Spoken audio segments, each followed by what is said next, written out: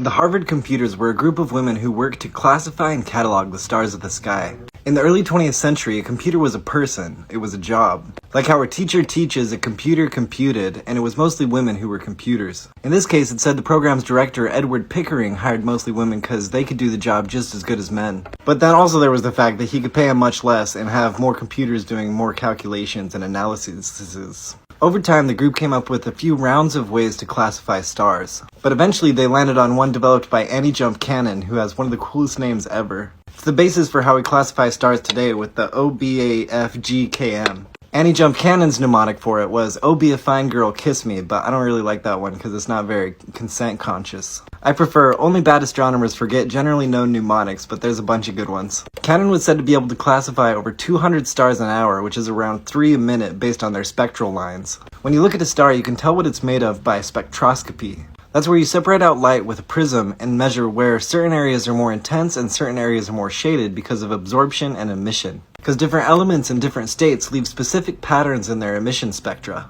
That's a classic hydrogen spectrum emission, and that's an emission spectrum of iron. Despite all that work analyzing stars and their composition based on their spectra, before 1925 we thought that the sun was made out of pretty much the same stuff the Earth is in the same proportion.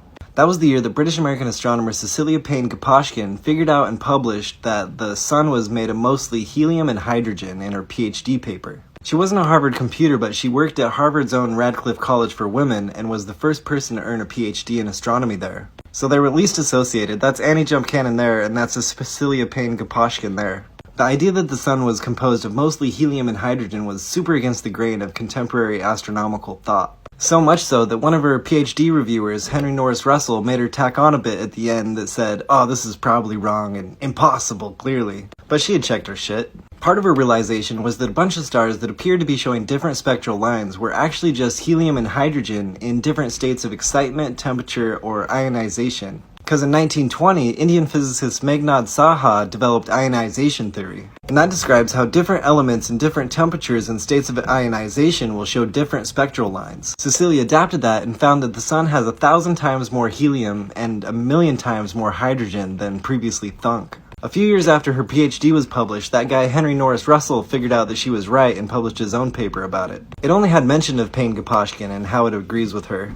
But it didn't say she figured this out years ago. And for a long time, quite a few people believed it was him who figured out the composition of the stars. And that misattribution, or straight up denial of women's achievements, is quite the theme, and it shows up practically whenever you're talking about historical women in science.